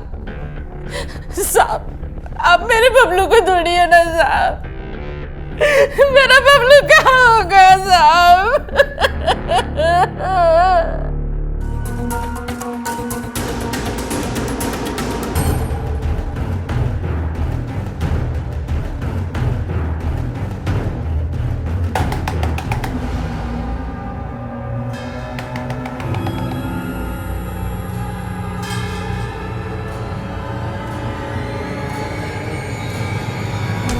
यहाँ क्यों है जयंती?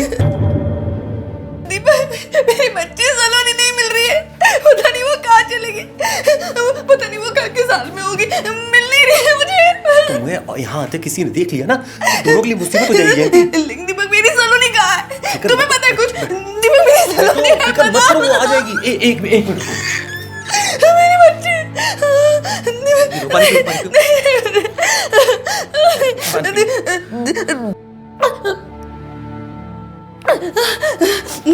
मेरी बच्ची आ जाएगी सलोनी, कुछ मिल जाएगी।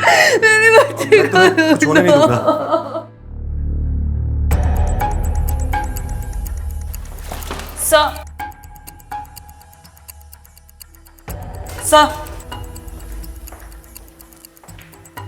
सलोनी का और बबलू का अभी तक कुछ पता नहीं चल रहा है।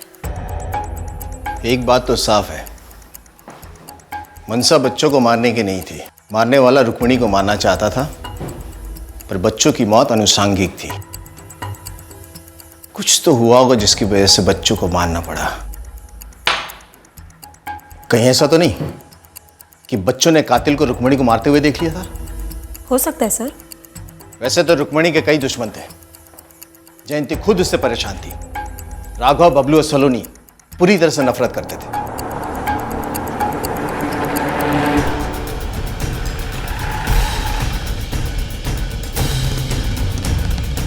सर, अगर एक के साथ दुश्मनी हो तो बताओ। पूरी सोसायटी में सबके साथ दुश्मनी कर रखी थी उन्होंने। घरात जर पाण्याची प्रॉब्लेम असेल तो वो प्लम्बर को नहीं बुलाएगी, सोसाइटी में सबके साथ झगड़ा करने चली जाएगी। ये क्या पानी नहीं? अरे जब देखो ये प्रॉब्लम है। क्या करे इस राधिका का? हाँ, सेक्रेटरी बन के बैठी है। अभी बताती हूँ रुक्मिणी क्या होता है। राधिका, राधिका! अरे काय झालं काकी? मेली तुझी काकी। हाँ, क्या चल क्या रहा है? जब देखो नल का पाइप काट दिया, इलेक्ट्रिक की वायर काट दी। हाँ अभी कुछ हो गया ना तेरे हाथ काट डालूंगी, समझे? मुंह संभाल के बात करो।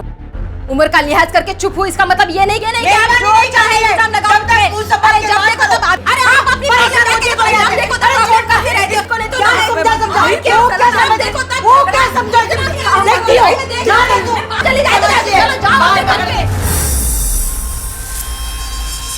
रुक्मणी को मारने की वजह जयंती के पास भी थी, क्योंकि आए दिन उसका रुक्मणी से झगड़ा होता रहता था। और एक वजह राघव और संध्या के पास भी थी, क्योंकि रुक्मणी राघव को पसंद नहीं करती थी और अपनी बेटी संध्या की दूसरी शादी से नाखुश थी। 2 दिन में ही पुलिस ने पूरी सोसाइटी के बयान दर्ज कर लिए थे, लेकिन बच्चों को मारने वाली वजह सामने नहीं आ रही थी। और साथ ही राघव और संध्या का बेटा बबलू भी हत्या के दिन से ही गायब था। क्या बबलू और सलोनी एक साथ कहीं चले गए थे? क्या उन दोनों का इन हत्याओं से कोई लेना देना था? पुलिस अपनी तमाम कोशिशें कर रही थी और फिर अचानक बबलू खुद ब खुद वापस आ गया। साफ साफ तुझसे एक बात पूछ रहा हूं, बता सलोनी से आखिरी बार कहां मिला था? बताया तो साहब, मैं 3 दिन पहले उससे मिलने गया था। मैंने उसको बोला कि समोसे खाकर आते हैं, उसने मना कर दिया और मुझे भी गुस्सा आ गया। मैं फिर घर पर गया और मैंने 1000 का नोट निकाला उसकी पैंट से। किसकी पैंट से? मेरा सौतेला बाप राघव। और फिर मैं वो 1000 रुपये लेकर चले गया नानजी पाड़ा। छोटू के साथ जुआ खेला, घूमा फिरा और उसके बाद छोटू के घर पर मैं 2 दिन रहा। उसके माँ बाप घर पर थे ही नहीं। साहब मुझे अच्छे से पता है इस सबके पीछे किसका हाथ है। किसका हाथ है? राघव का। तो अपने बाप के बारे में ऐसे बात करता है? ऐसा बाप होने से अच्छा है कि मैं अनाथ मर जाऊं। मैं पक्का बोल सकता हूँ उसी का हाथ है। कुछ दिन पहले सलोनी को मारा था और मैं पहुंच गया तो मुझ पर।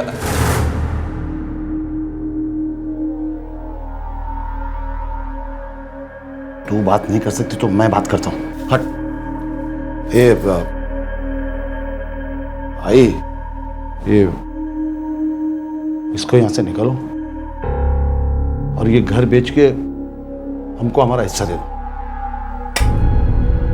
कौन सा हिस्सा? काय का हिस्सा? ये घर मेरे नाम पे है, किसी का कोई हिस्सा नहीं आता है। तुझ जैसे निकम्मे को एक फूटी कौड़ी नहीं दूंगी। ये घर बेच के मैं गणपति बापा के मंदिर में दान दे दूंगी। ना इस मनुष्य को कुछ मिलेगा, ना तेरे जैसे निकम्मे को, समझा? ये घर मैं लेकर आऊंगा। अरे यार सुनिए ना मेरी तेरी विधवा बेटी है ना, इसको अपनाया मैंने। बबलू कहाँ था तू? कहाँ गया था तू? नानजी पाड़ा में जुआ खेल रहा था, वहां से उठाया इसे। ये क्या कह रहे हैं आप? साहब इसे माफ कीजिए, ये फिर से कभी नहीं जाएगा। बोल साहब को नहीं जाएगा, बोल। इसका स्टेटमेंट लो और उसके दोस्तों के बारे में पता करो।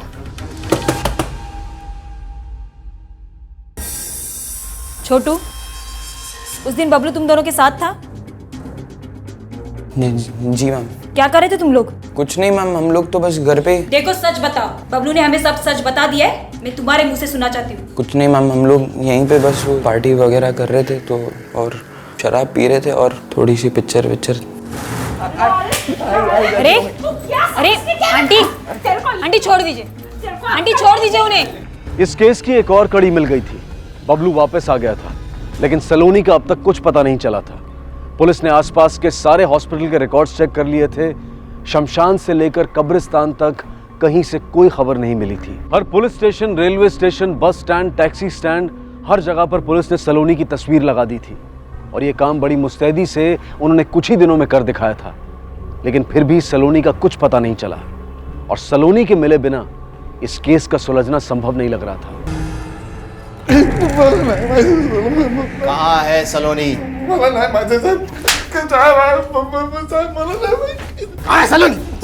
साहब मेरे को नहीं मालूम सलोनी किधर है साहब। मेरा वो लड़की से कोई लेना देना नहीं है साहब। मैं अपनी बच्ची की कसम खा के बोलता है साहब, मेरा सलोनी से कोई लेना देना नहीं है। देखो बाबू, हम जानते हैं कि तुम अपनी बहन से बहुत प्यार करते हो और ये भी जानते हैं कि तुम बहुत कुछ छुपा रहे हो। मेरी मानो तो तुम जो भी जानते हो सच सच बता दो। सलोनी के लिए तुम अपने बाप से लड़ चुके हो, अपनी माँ को उल्टा जवाब दे चुके हो, अपनी नानी से बहस कर चुके हो। अब अगर उसकी जिंदगी बचाना चाहते हो ना, तो जो जानते हो सच सच बताओ। सीमा। Yes sir. मुझे नहीं लगता है अपनी बहन से प्यार करता है। जाने दो इसे। चलो सर, चल। Sir, sir, sir. सर जिस दिन नानी की मौत हुई थी मैं गया था सलोनी से मिलने।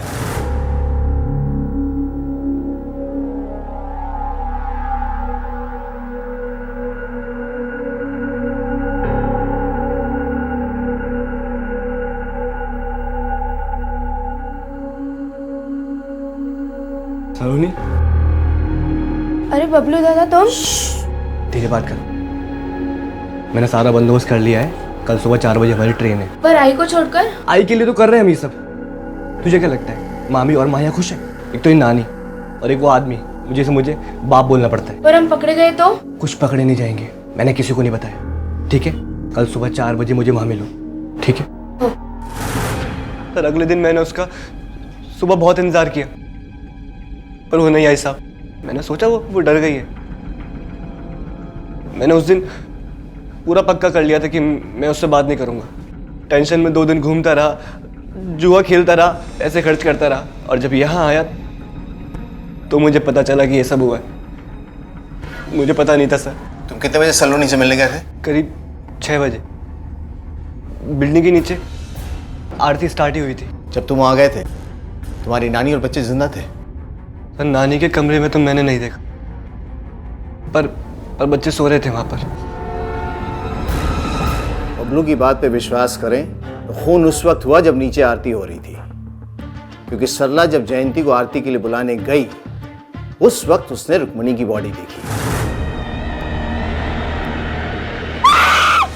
सर उस एरिया के नजदीकी टावर से सारे नेटवर्क के कॉल्स रिकॉर्ड निकाले हैं, हजारों डिटेल्स निकली हैं। शाम का समय था, आरती के लिए सारी सोसाइटी वहां पे आई थी।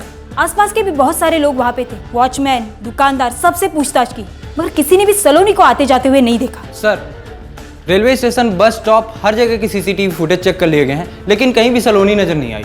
और सर उसकी बिल्डिंग में कोई सीसीटीवी कैमरा लगे ही नहीं है। ऐसा कैसे हो सकता है कि सलोनी वहां से गई या कोई जबरदस्ती उसे वहां से लेके गया और किसी की नजर ना पड़ी हो? ये तो तभी संभव है ना कि बिल्डिंग से वो बाहर गई ही नहीं। चलो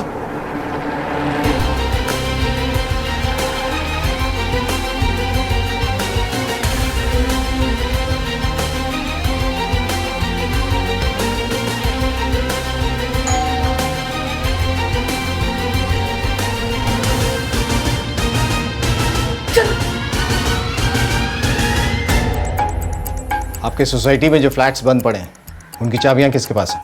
कुछ फ्लैट्स की चाबियां तो मेरे पास ही हैं। उसमें से 2 फ्लैट्स मेरे भाई के हैं। बाकी ओनर्स के नंबर्स हैं आपके पास? जी। उन्हें फ़ोन करके बोलिए चाबियां लेकर आए, फ्लैट्स की तलाशी लेनी है। और जिन फ्लैट्स की चाबियां आपके पास हैं लेके चलिए। जी।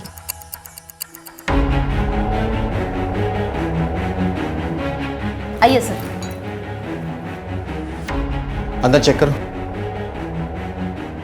सर ये मेरे भाई का फ्लैट है, दुबई में रहता है मेरा भाई।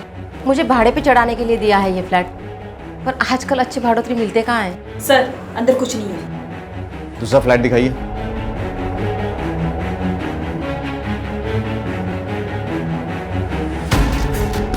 लाइट है? ओह लगता है लाइट कट गई है। मैं अभी मीटर चेक करके आती हूँ। हाँ? ठीक है। मोबाइल टॉर्च ऑन करो सब। Yes sir.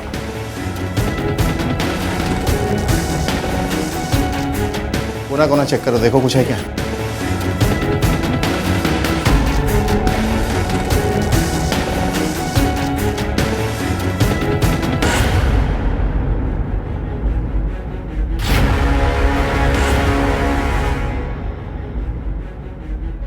कपड़ा डालो। Yes sir.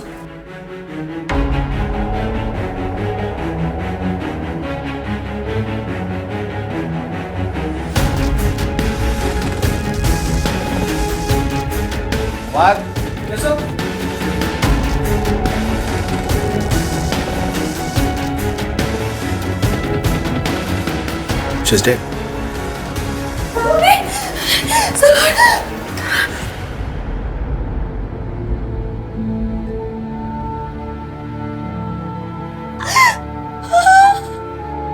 जयंती, जयंती, जयंती,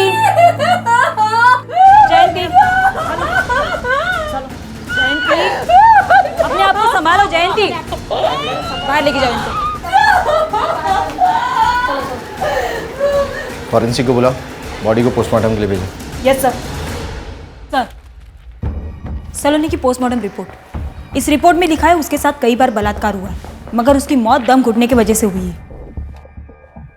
जाहिर सी बात है कि जिसने भी ये क्रूरकर्म किया है उसने उसकी चीखें रोकने के लिए उसका मुंह दबाया होगा और उसी में उसका दम घुट गया। क्राइम स्पॉट से कुछ मिला? कुछ खास तो नहीं सर, मगर ये स्लीपिंग पिल्स की खाली बोतल मिली है।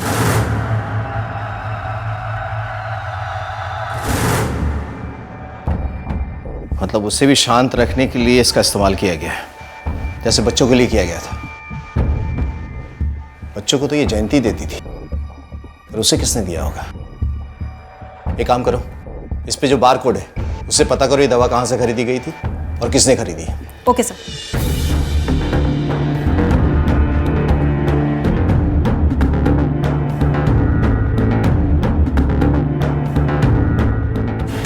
ये दवा तुम्हारी दुकान से लिया गया है?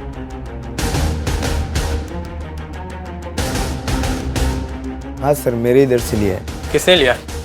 तुम्हारी सास नींद की गोलियां लेती थी। जी हाँ। और वही गोलियां तुम उन बच्चों को भी खिला रही थी। तुम्हें पता है इन नींद की गोलियों की बोतल तुम्हारी बेटी के लाश के नजदीक मिली है। वो वहां पे कैसे पहुंचा? मुझे नहीं पता। जयंती, मुझे ऐसा क्यों लग रहा है तुम अभी भी हमसे झूठ बोल रही हो? नहीं, मैं आपसे झूठ नहीं बोल रही। मुझे जो भी पता था मैंने आपको सब बता दिया। देखो, अगर कुछ छूट गया हो, कुछ बताया नहीं तो बता दो। मैंने आपसे कहा ना, मैं कुछ नहीं छुपा रही। मुझे जो पता था मैंने बता दिया आपको। ठीक है कुमार, इस सोसाइटी में जितने भी फ्लैट हैं उन सबकी तलाशी लो और जितने भी लोग रह रहे हैं उन सबके डिटेल्स निकालो। सब ये उन लोगों की डिटेल्स है जिनका आना जाना सोसाइटी में था। हमने सबके बारे में डिटेल्स निकाली है, मगर सबसे इंटरेस्टिंग डिटेल इन लोगों की है।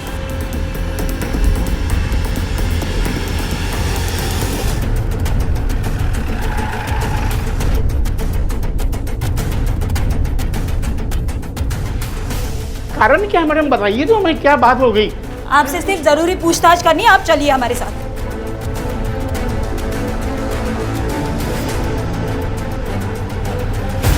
तुम कानपुर से यहाँ पे शिफ्ट क्यों हुए?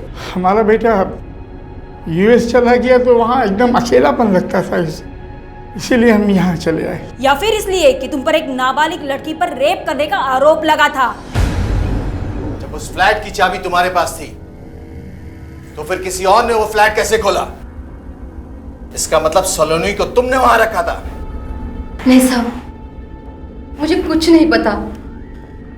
सारे फ्लैट की चाबियां मैं एक ट्रे में रखती थी, ये चाबी भी उसी में थी।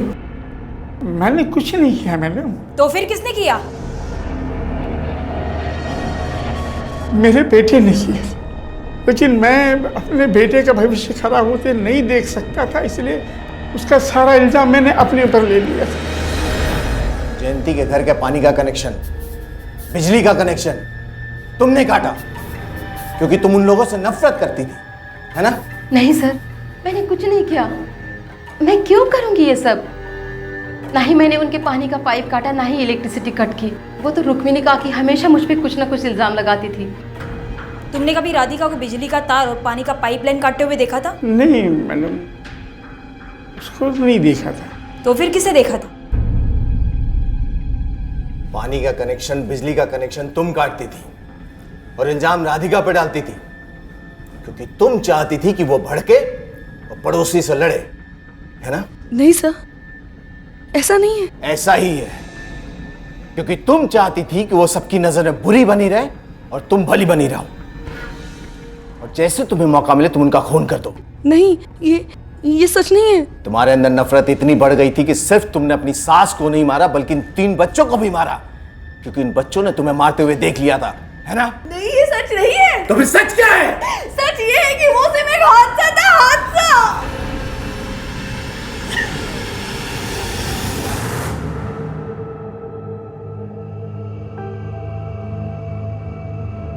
चलो बच्चों, थोड़ा थोड़ा दूध पी लो।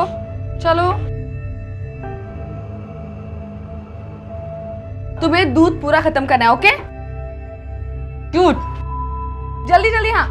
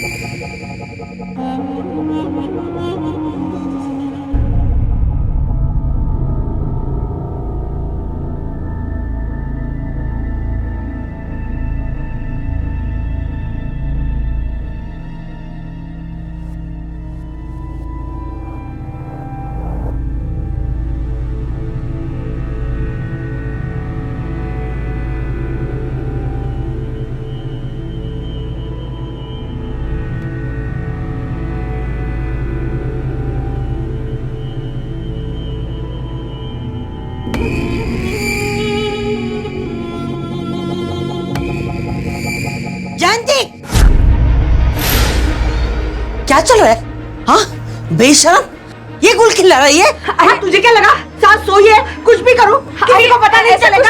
एक बच्चे की माँ पराया मर्द घर में आया और उसके साथ तू गप्पे मार रही है। मोहल्ले को बता दो। चुप चुप चुप चुप चुप चुप चुप, कुछ नहीं होगा, कुछ नहीं होगा, कुछ नहीं होगा, कुछ नहीं होगा, सब सही हो जाएगा, कुछ नहीं होगा, चुप, कुछ नहीं होगा, सब सही हो जाएगा, सब सही हो जाएगा, सब सही होगा, जैसे मैं कह रहा हूँ ना वैसा सब सही हो जाएगा, सब सही हो जाएगा। तूने कहा था ना कि फिसल गई थी एक बार, लोग यही मानेंगे कि कमरे में फिसल के गिर गई होगी, ठीक है? और सुन सुन सुन सुन सुन सुन, तू चली जाना आरती में, ठीक है? आरती में शामिल हो जाना।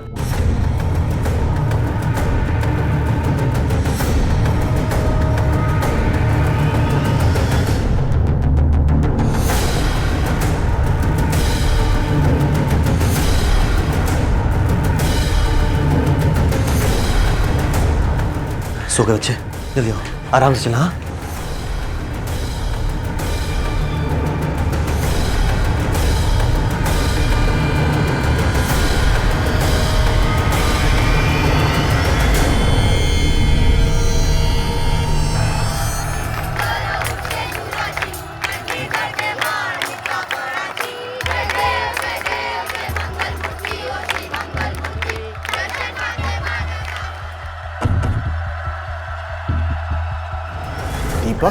दीपक हमारे बिल्डिंग के छोटे बड़े काम करता है, प्लम्बिंग का और इलेक्ट्रिशियन का।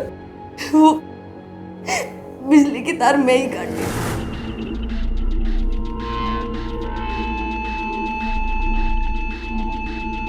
ताकि मुझे बहाना मिल जाए दीपक को घर बुलाने का और किसी को शक भी ना। हम दोनों एक दूसरे से प्यार करते हैं सर। मैं अपनी बच्ची की कसम खाती हूँ, मैंने उन बच्चों को नहीं मारा, सच में नहीं मारा मैंने उन बच्चों को। किस बच्ची की कसम खा रही हो तुम, जिसकी जान शायद तुम्हारी वजह से चली गई? उसकी? ये सच बात है कि हम जयंती से बहुत प्यार करते थे, लेकिन रुक्मणी को जयंती ने नहीं मारा। जब तक मैं अपने किए पे नहीं पछताऊंगी ना, तब तक मेरी बच्ची नहीं आएगी। तुम्हें यही लगता है ना? चलो पुलिस को सब बता देते हैं, चलो मेरे साथ। लेकिन हाँ, एक झूठ बोलूंगा मैं, काकी को धक्का तुमने नहीं मैंने दिया था। नहीं दीपक, मेरी वजह से मैं तुम्हारी जिंदगी बर्बाद नहीं करूंगी। नहीं, हम सच बोल देंगे, हम झूठ नहीं बोलेंगे। क्या मेरी जिंदगी? तुम हो मेरी जिंदगी, तुमसे शादी करूंगा मैं, सब कुछ ठीक हो जाएगा। भाई तुम्हें जयंती की सफाई देने की जरूरत नहीं है। उस शाम हादसे के बाद मैं भी जयंती के साथ निकल गया था, डरा हुआ बहुत था शायद, तो फिर मैं घर से बाहर ही नहीं निकला। इसे लॉकअप में रह के अच्छी खातिरदारी करो। Okay sir.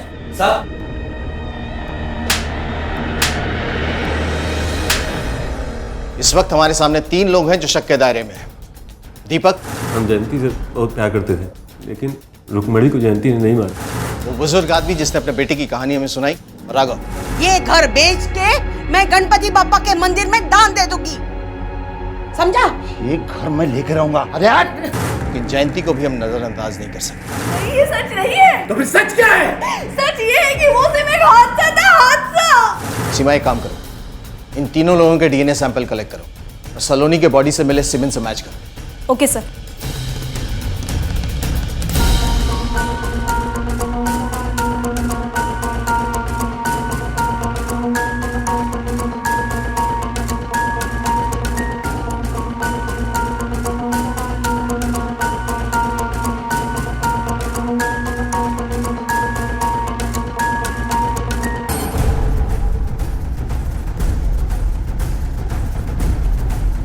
ओके।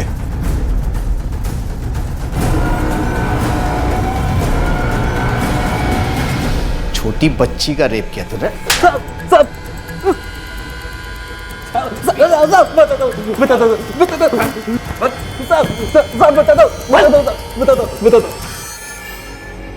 मैं जयंती से प्यार नहीं करता था, मैं तो बस मजे ले रहा था साहब। मेरी शादी तो पहले हो गई थी साहब, बीवी गाँव पे, लेकिन साहब मैं किसी को मारना नहीं चाहता था, न सलोनी को न बच्चों को।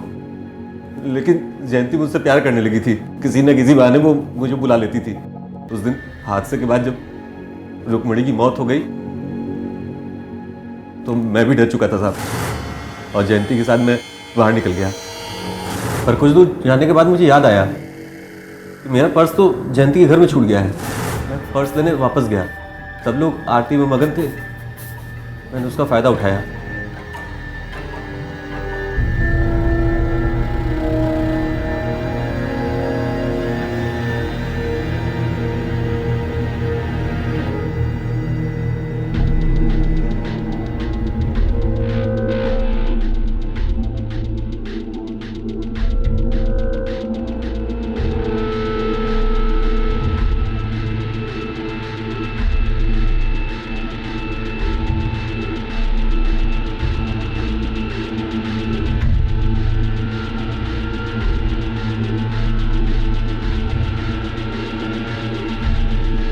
लेकिन जब मैं पर्स लेकर लौटने लगा तो मैंने देखा कि तीनों बच्चे जाग गए थे। मुझे लगा ये पहचान लेंगे मुझे। बाद में सबको लगा कि खून मैंने ही किया था, इसलिए साहब मैंने तीनों को मार दिया। जब मैं तीसरे बच्चे को मार रहा था, बाथरूम से सलोनी बाहर आ गई। दीपक, तो देख के मैं और घबरा गया। वो तो मुझे जानती ही थी और इतनी बड़ी भी थी कि सबको बता सकती थी। राधिका के फ्लैट की डुप्लीकेट चाबी मैंने पहले से ही बनवा रखी थी, क्योंकि कभी कभी मैं और जयंती वहां जाया करते थे।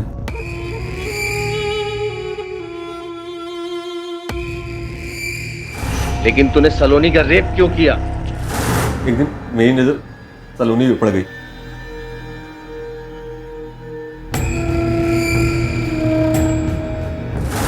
बहुत कोशिश की साहब मैंने उसके बारे में आए बुरे ख्यालों को अपने दिल से निकालने की, लेकिन नहीं निकल पाया साहब।